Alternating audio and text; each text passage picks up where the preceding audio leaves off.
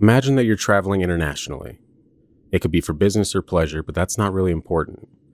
What is important is that when you land, you're pulled aside by customs and your passport is examined. Now imagine that these customs are really upset and telling you that the country you're from, in fact where you have spent your entire life, does not exist. This is the mysterious story of the man from Taured, found all over the internet as factual event, while others have allegedly debunked it.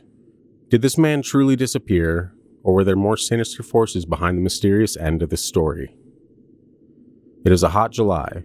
The year is 1954 in Tokyo, Japan.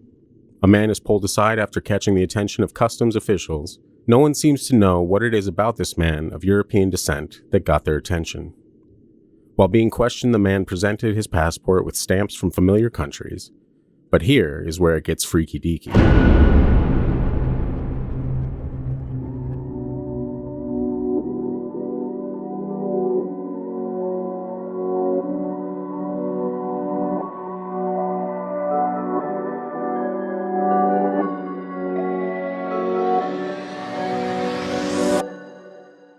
If you like stories like this, please hit the like and subscribe button below. If you'd like to be alerted when we release a new video, hit that button as well. His passport was issued in the country of Taured. The customs officers had never heard of this country. It did not exist. Other than this story, nobody on our timeline has ever heard of this country.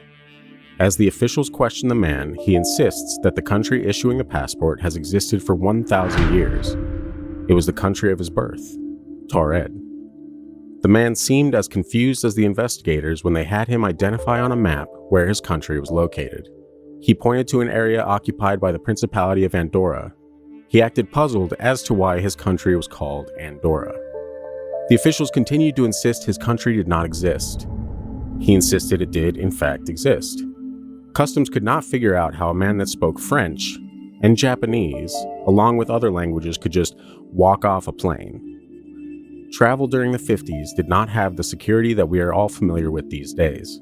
It was soon decided that officials needed further assistance in their questioning, so the man was put up at a local hotel for the night with 2 guards at the door. The next morning, when he was to be retrieved for more questioning, it was found that he had seemingly disappeared into thin air, as there was no way out of his room without the guards encountering him. So what happened to this mysterious man? Let us set the stage for Tokyo, Japan at this time. We are now in a once powerful nation struggling to rebuild after World War II, a new US ally that was strategically near their Cold War enemy in the Soviet Union. You can imagine there was an active spycraft presence at the time.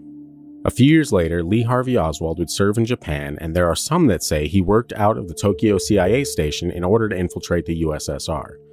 The U-2 spy plane that was piloted by Francis Gary Powers would depart from Japan before being shot down by the Russians, its pilot becoming a key win by the Soviet Union during the early days of the Cold War.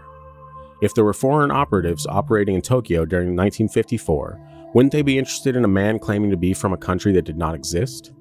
Aside from the strange Cold War implications, what do you think happened with this disappearing man? Was he an interdimensional traveler that somehow vanished, returning back to his place in space and time? A Cold War spy? Some even believe this story was invented by conservative politicians in the US at the time, as they fought against passport implementation. Could it be something else entirely? Let us know what you think in the comments down below. If this is the type of thing you like to hear about, do us a favor and hit that like and subscribe button down below. You can also hear us dive deeper into subjects like this on the Freaky Deaky podcast. Find it wherever you get your podcasts. A big thanks for watching this video. Stay tuned for more.